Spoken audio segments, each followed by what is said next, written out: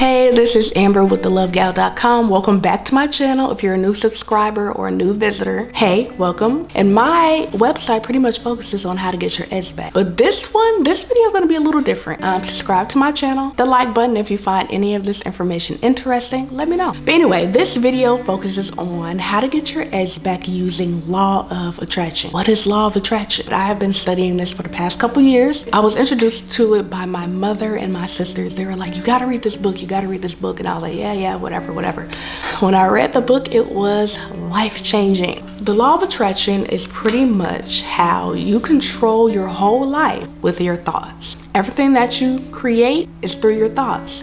Have you ever thought about something or somebody and then that you haven't talked to in a long time, and then they pop up, they end up calling you or something like that? You attracted them. You manifested that phone call. The law of attraction pretty much says you are the creator of your own life. And if you are one of the people who are already knowledgeable on law of attraction, drop some tips in the comment box, because I may not cover every single thing. I'm just gonna be covering what works for me as far as law of attraction. So we're gonna take the law of attraction, put it together with how to get your ex back. So hopefully soon you will hear from your ex and get your relationship back on track. I also have a full complete guide on how to get your ex back at thelovegal.com. It's 76 pages, it's phenomenal, and I'm pretty much giving it away at this price. You lost your boo. For whatever reason, everybody's situation is different. I get it. Trust me, I was in your situation before. I think step one is raising your vibration. To me, what does that mean? If I can say it as simply as possible, it's pretty much working on your mood, working on your energy, and making yourself feel as good as possible. I'm pretty sure you've heard this saying, ask, believe, and receive, right? Of course, most of us have.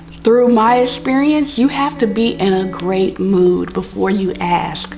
Because if you're in a kind of a crappy, depressed mood and you're like, hey, universe, I want my ex back and I want them back now, your mood is causing resistance. Resistance is pretty much the big wall between yourself and what you want. You want as less resistance as possible. I always say that asking for what you want is better if you do it right when you wake up, because that's when your body has the least amount of resistance. While you sleep, your body pretty much calms all that resistance down. Now, step one, try to feel as good as possible. I know this right now, it's hard right now. A lot of emotions are going on, but you have to focus on you. I recommend exercising. I recommend taking on meditation. Meditation has saved my life. It has, yes, I said saved my life. I used to be a little rowdy.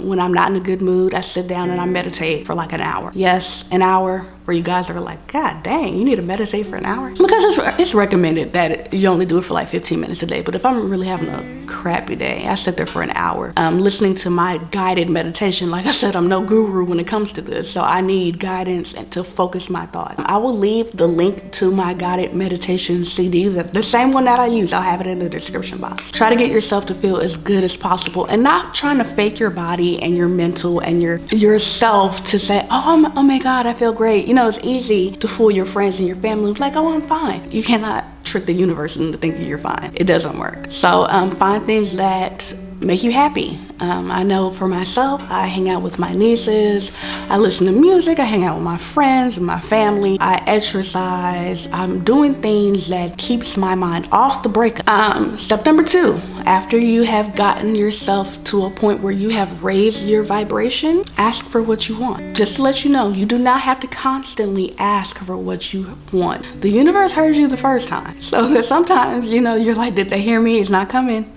I'm gonna say it again. I want my ex back. Hey, I want to hear from them. I want to text from them. I want a message. I will recommend, if you're not comfortable saying certain things out loud, write it down on a piece of paper. Take a piece of paper with a pencil, write down what you want. Once you ask the universe for what you want, let it go. Some of the best advice I've heard when it comes to meditating, once you ask, the universe cannot deliver it to you if you're holding that thought hostage. So if you say, hey, I want cheesecake, and you're thinking to yourself, hey, I want cheesecake, I want cheesecake, I want cheesecake, the universe can't bring you cheesecake because you're holding on to that thought. Step three for me, visualizing. And to me, this part isn't as hard because I always daydream about our ex. It helps us feel better, especially at night.